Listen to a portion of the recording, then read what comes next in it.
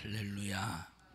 하나님께서 오늘 나와 여러분에게 주시고자 하시는 신령한 축복을 누리는 귀한 시간 되기를 바라고, 하나님 앞에 우리를 구원하신 은혜를 기억하며 영광을 돌리기를 축복합니다.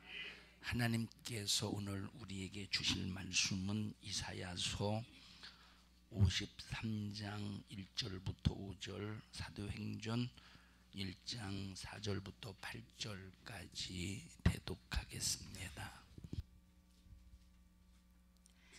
우리의 전한 것을 누가 믿었느뇨? 여호와의 팔이 누게 나타나느뇨?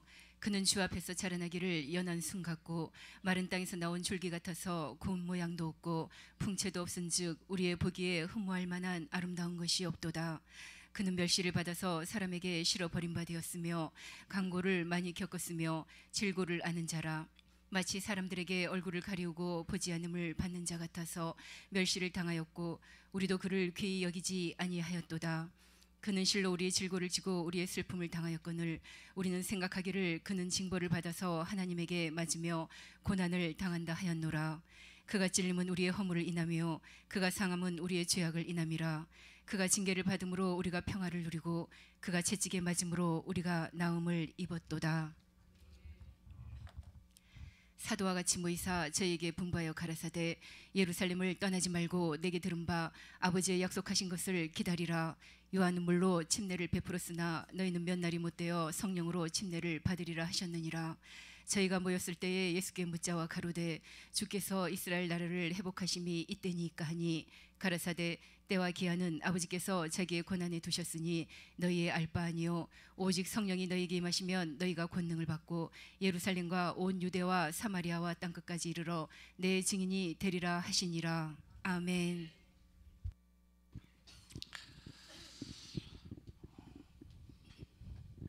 사람이 이 누명을 쓰면 참 억울합니다. 어디 가서 하소연을 할지라도 그 사람이 내가 하소연하는 그것을 다 믿어주지 않습니다.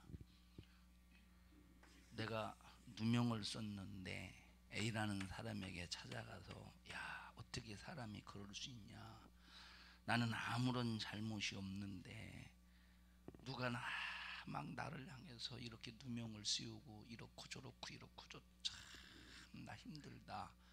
A라는 사람에게 찾아가서 아무리 하소연을 할지라도 A라는 사람은 다 그 얘기를 받아들이지 않습니다. 네가 뭔가 잘못한 것도 있겠지 하면서 무엇인가 아무리 친한 사이라고 해도 믿어주지 않아요. 그때의 억울함, 누명을 썼을 때의 억울함이라고 하는 것은 아무도 알아주지 않습니다. 제가 첫 번째 목회지가 안면도였어요. 충청남도 태안군 안면도.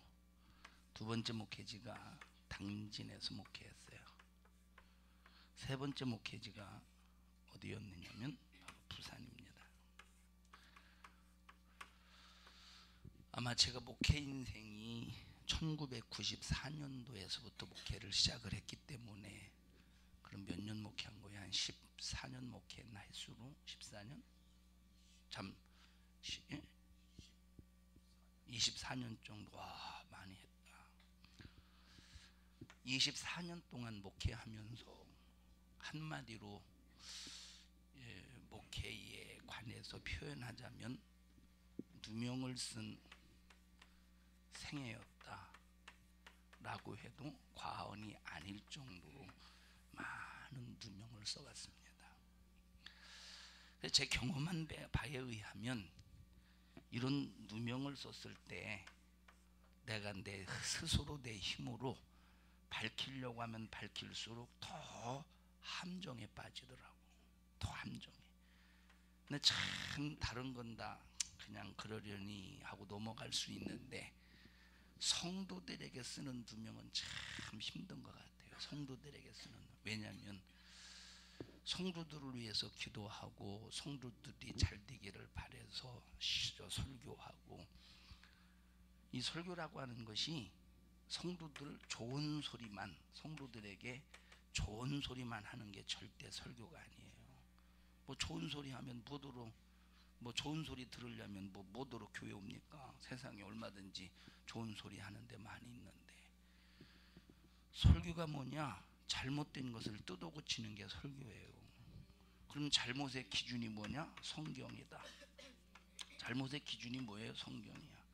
그래서 성경을 기준으로 해서 죄와 하나님의 의, 인간의 죄와 하나님의 의를 구분해서 말씀을 통해서 뜯어 고치는 것이 설교입니다. 그러니까 많은 누명을 쓸 수밖에 없죠. 자, 제가 안면도에서 목회할 때 막 어디 이제 잘 돌아다니지도 않고, 왜냐하면 내게는 그때 당시부터 가지고 있었던 생각이 뭐냐면, 나는 설교의 전문가가 되리라. 여러분에게 말씀드렸어요. 어떤 전문가? 나는 설교의 전문가가 되리라. 그러니까 다른 데 막 놀러 다니고 그러는 것이 시간이 너무 아까운 거예요. 그러니까 조금 피곤해서 누워 있으려고 하다가도, 이제 낮에 이제 조금 피곤해서 누워 있으려고 하다가도, 아, 내가 이렇게 누워 있으면 안 되지. 아, 나 설교의 전문가가 돼야지 해서 설교의 전문가가 되기 위해서 노력을 해요. 어떤 열심을 냅니다. 그러니까 목사님들이 어디 모이자고 해도 안 모이고, 가자고 해도 안 가고, 뭐 가는 곳이 복음적인 곳이라면 함께 가겠는데, 뭐 놀러 다니는 곳, 먹으러 가는 곳, 그래서 잘 가지 않았어요. 최소한의 모임만 갔습니다. 공식적인 모임, 무슨 지방회라든지 아니면 교역자회라든지 그런 공식적인 모임만 갔어요. 그러니까 목사님들이 욕을 하기 시작해. 욕을. 그리고 이제 소문들이 어떻게 나느냐면, 그러면서 이제 설교를 하다가 보니까 성도들이 은혜를 받을 거 아니에요. 우리 교회 성도들이 은혜를 받을 거 아니에요. 왜냐면 설교의 전문가가 되리라. 그러니까 설교를 하다 보니까 누구의 실태를 말하느냐? 다른 사람의 실태를 말하는 게 아니라 자기 실태를 말하거든, 성도 자신의 실태를 말하거든, 그게 설교의 전문가예요. 세상 얘기, 정치 얘기, 윤리 얘기, 도덕 얘기를 다루는 것이 아니라 성도 개개인의 영적인 실태를 말하기 때문에 전부 다 자기 얘기잖아. 그리고 처방을 말해. 첫째, 하나님의 말씀으로 진단해. 두 번째, 예수로 처방을 해. 그러니까 성도들이 은혜를 받으니까 성도들이 자기 가족의 말보다, 부모의 말보다, 남편의 말보다, 아내의 말보다, 교회의 목사의 말, 그건 내 말이 아니라 하나님의 말씀이기 때문에 하나님의 말씀에 더 권위를 두게 되더라 이 말이에요. 그래서 집에서 부모가 말해도, 남편이 말해도, 아내가 말해도, 아, 목사님이 성경에 있는 이 말씀을 하셨기 때문에 이 말씀에 순종해야 된다. 자, 그래서 이런 사실들이 이제 지방의 목사님들에게 소문이 나서 뭐라고 내가 누명을 썼느냐? 내가 교주다.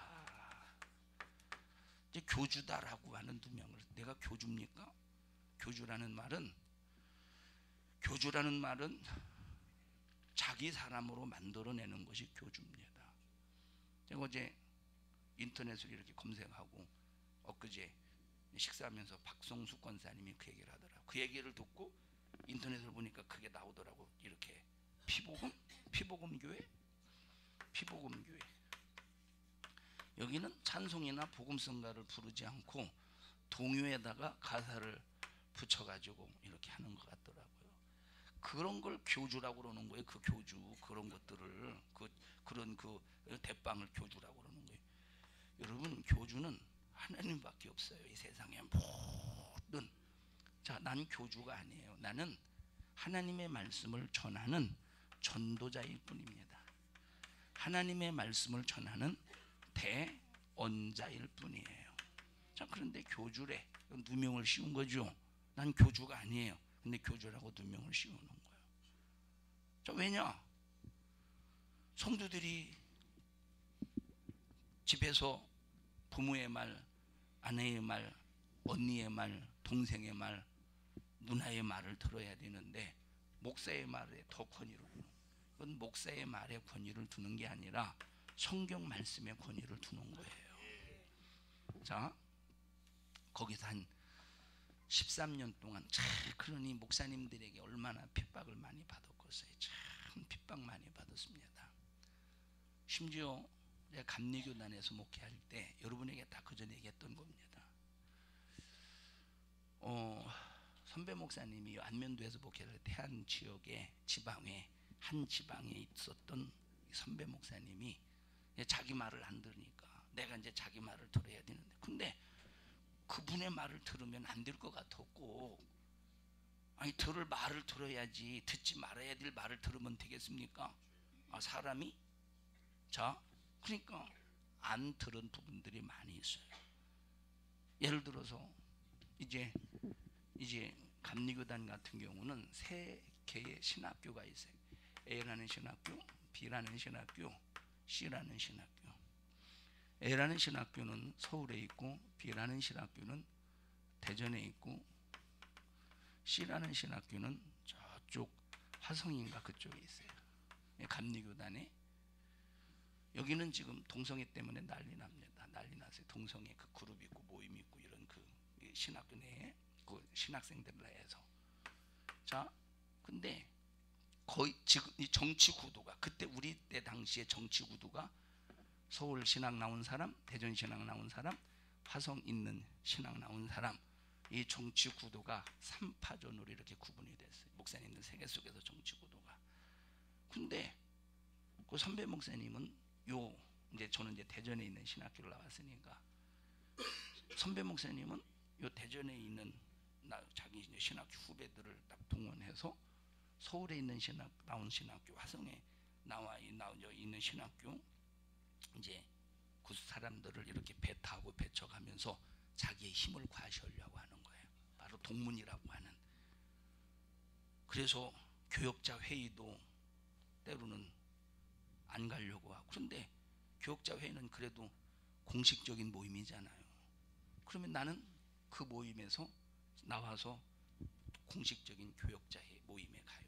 얼마나 미운 털을 박히고 미운 털이 박혔겠어요. 미운 털.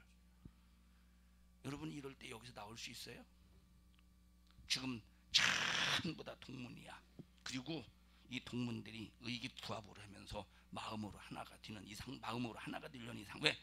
정치적으로 볼 때 흐트러지면 안 되고 분열되면 안 되니까 의기투합을 하려고 하는데, 근데 가만히 보니까 하나님이 보실 때 싫어하실 것 같아. 이거는 공식적인 모임이 아니야. 나는 공식적인 모임을 가야 되는데 거기서 탈퇴해서 나올 수 있습니까? 그 자리에서 벌떡 일어서 나올 수 있습니까? 나올 수 있어요, 노은영 권사님?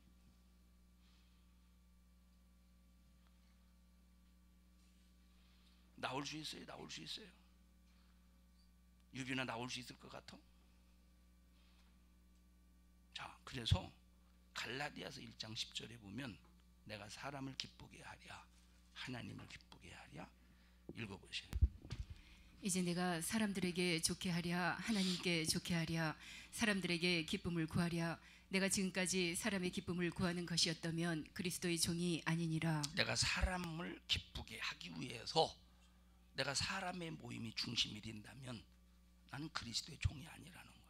사람에게 싫어버린 바 될지라도, 사람에게 미움을 받는 사람이 될지라도, 따돌림을 당하는 사람이 될지라도 나는 하나님 편에 서겠다는 거예요. 여러분, 저요 영적으로 목회하려고 하기 전에 참 사람들이 저를 되게 좋아했어요. 좋아하게 생기지 않았어요? 아니 왜 비웃듯이 비웃어요? 박성순 권사님은. 아니 사람이 어떻게 참말로 기분 나쁘려고 그러네. 사람들이 저를 진짜 좋아했어요. 얼마나 좋아했냐면 많이 좋아했어요. 막 친구들이. 왜냐하면 저는 희생하는 그런 정신이 있었으면, 희생하는 정신. 너 나 때문에 피해보면 안 돼. 너 나 때문에 손해보면 안 돼. 이런 생각을 가지고 있었기 때문에 사람들이 참 저를 좋아했습니다. 그런데 영적인 것을 깨닫고 영적인 것을 체험하는 순간부터 엊그제 말했죠. 영적인 이기주의자가 될 수밖에 없더라니까. 영적인 이기주의자가 될 수밖에 없더라 이 말이에요. 사람들이 친했던 친구들이 전부 나를 이상하게 쳐다봐. 전화하던 친구들이 전화도 아니야. 왜 그러느냐? 지금 누명이 나를 지금 수많은 사람들에 의해서, 나에 대한 누명이 수많은 사람들에 의해서 잘못 평가가 되고 있는 거예요. 나에서 뭔가 상당히 잘못된 놈으로 변해버린 것처럼 그렇게 수많은 사람들의 친구들의 인식 속에서 그렇게 흘러가고 있다 이 말이에요. 그러니까 나를 쳐다볼 때 사람처럼 쳐다보는 게 아니라 꼭 짐승처럼 쳐다봐. 이렇게 아니 대놓고 이렇게 쳐다보지. 누명이라 이 말이에요. 누명. 그러면서 하나님께서 요 첫 번째 목회지에서 너 하나님만 바라봐라. 사람 바라보지 마. 하나님만 바라봐. 성령은 예수의 변호자라고 하는 제목을 가지고 말씀을 나누면서 나와 여러분들이 지금 하나님의 변호를 받자는 얘기를 말씀드리려고 하는 거예요. 자, 그 누명이 아무도 해결할 수 없는 누명. 왜? 워낙 그 누명을 그 누명을 탄탄하게 누명을 씌웠어. 누가 씌웠느냐? 요 선배 목사님이. 여기 선배 목사님. 그러니까 우리 감리교단 같은 경우는 이제 개교회가 있고, 이 개교회가 모여서 최소한 15개 교회 이상이 될 때, 뭐 40개 교회도 될 수 있고 50개 교회가 되는 그런 지역도 있는데, 그 무리를 지방회라고 말해요. 요 지방회가 모여서 500개 교회 이상이 될 때 감리교단에서 연회라고 그래요. 그 연회가 총 모여서 모임을 총회라고 합니다. 그래서 감리교 총회다 이렇게 말해요. 자, 근데 보세요. 요 연회, 그때 있던 연회가 무슨 연회였냐면 충충연회였어요. 어르신 목사님들이 나이, 그때 당시 제가 30대였습니다. 30대 나이에 50대 되고 60대 되신 목사님들이, 자, 내 얼굴은 몰라도 고대원이라는 이름을 모르는 그 목사님들이 거의 없었어요. 내 얼굴은 몰라도 고대원이라는 이름은 다 알아. 왜? 이 목사님이, 선배 목사님이 소문을, 누명을 전부 다시 어쩌고 저쩌고 어쩌고 이 새끼 그 새끼 그거 해가면서, 그 새끼는 감리교단에서 이거 완전히 목사 정직을 시켜야 돼. 그러니 연회를 1년에 한 번씩 연회가 있으니까 가서 목사님 안녕하세요. 그러면 나를 아시는 분들은 그냥 인사를 받긴 받는데 그냥 상당히 그 냉랭한 그런 어떤 그 모습을 바라볼 때, 야, 이 누명 쓸 때에 찾아오는 외로움이라고 하는 것은, 누명 쓸 때에 찾아오는 외로움이라는 것은 당해본 사람만 알아요. 그렇게 친하던 사람이 떠나가는 거예요. 그렇게 친하던 사람이 등 돌리는 거예요.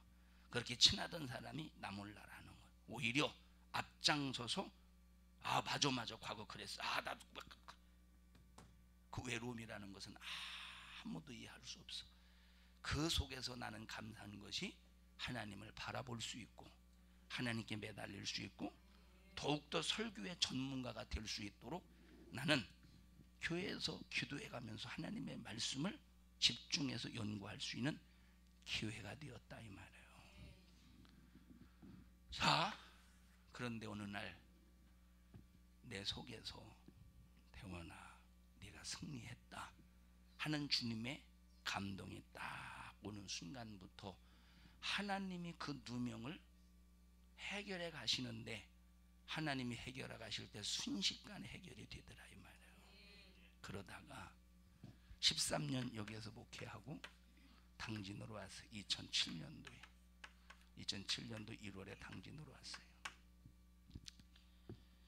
여기서 성도들에게 또 가르치잖아요. 하나님 말씀대로 순종하며 살아야 된다. 하나님의 말씀을 세상의 사람들의 말보다 더 크게 여겨야 된다. 그게 신앙생활이다.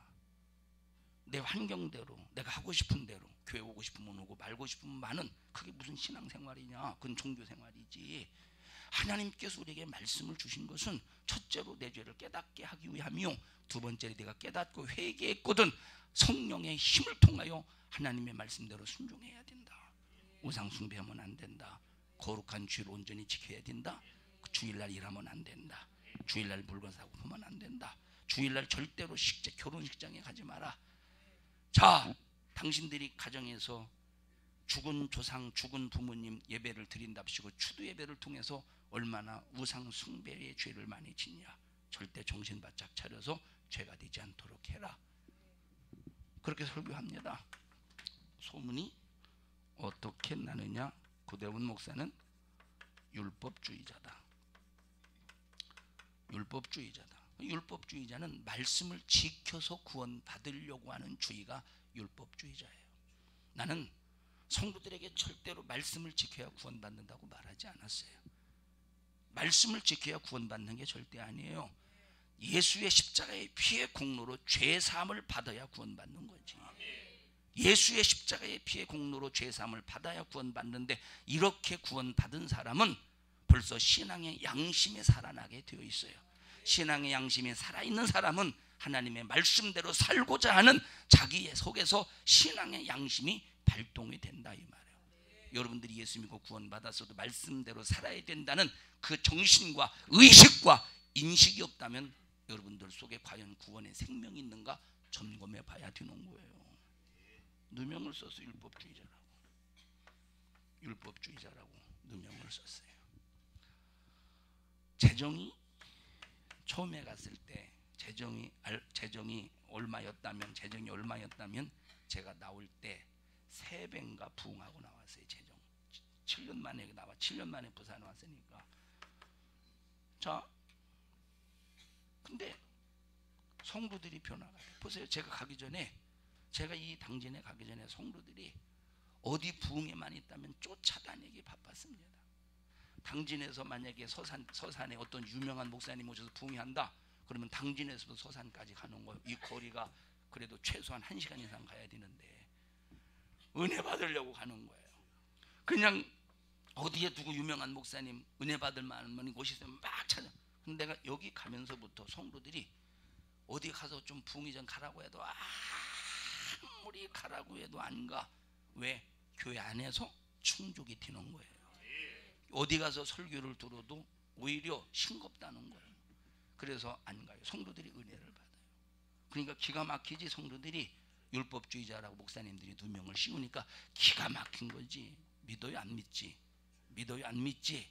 자, 그러면 성도들이 알아주면 되는 거예요. 밖에서 아무리 누명 씌우고 떠들어대도 성도들이 말씀을 듣고 은혜 받으면 목사님들에게 찾아가서 변명할 필요가 없는 것이라, 이 말이에요. 왜? 목회는 목사들에게 하는 게 아니라 누구에게 하는 거예요? 성도와 관계 속에서 하는 것이기 때문에 성도들만 은혜 받으면 되는 거예요. 누명 어쩌고 저쩌고 그게 아니라고 할 필요가 없다, 이 말이에요. 그러면 누명 씌우는 사람은 지금은 누명을 썩 씌웠기 때문에 자기 자신이 옳은 줄 알지만 하나님이 밝혀주실 때 얼마나 그 마지막 최후의 상황이 비참하겠습니까? 당진에서 부산에 와서 2014년 2월 달에 개 끌려오듯이 왔습니다. 장로님들에 의해서. 여기서 또 들은 게 뭐예요? 이단이라는 소리 들었죠? 이단이라고 대놓고 못하니까 자기 성도들끼리 소문낼 때는, 목사님들끼리 소문낼 때는 이단이라고 말하고 공식적으로 말할 때는 이단성이 있다, 이렇게 말했어요. 이단성이 있다. 공식적으로 말할 때는 이단성이 있다. 왜냐하면 공식적으로 말할 때 이단이 아닌데 이단이라고 말하면 명예훼손에 걸립니다. 뭐에 걸려요? 명예훼손의 죄가 엄청나게 크더만요. 맞죠? 명예훼손의 죄가 엄청나게 크더라고. 그러니까 이단이 아니니까 이 나를 이 매장을 시키려면 이단성이 있다.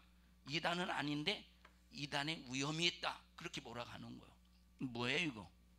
이걸 누명이라고 그러는 거예요. 누명. 그런데 그 누명을 사람의 힘과 방법과 사람의 지식으로 아무리 벗으려고 애를 써봤자 벗어지지 아니요.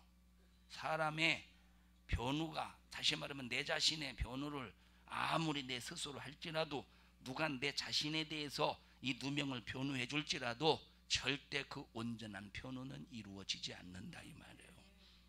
이해하십니까? 이런 누명들 내버려 둬야 돼요. 누가 걸어가나 말거나. 그러면 누가 변호해 주시느냐? 여기 성령이 변호해 주시냐. 그러면 성령이 딱 변호해 주시는 순간 완벽해. 그러면 보십시다. 내가 나라고 하는 이 존재가 요 누명을 썼을 때, 그러면 누명을 씌운 사람이 있을 거 아니에요. 씌운 사람이 있을 거 아니에요.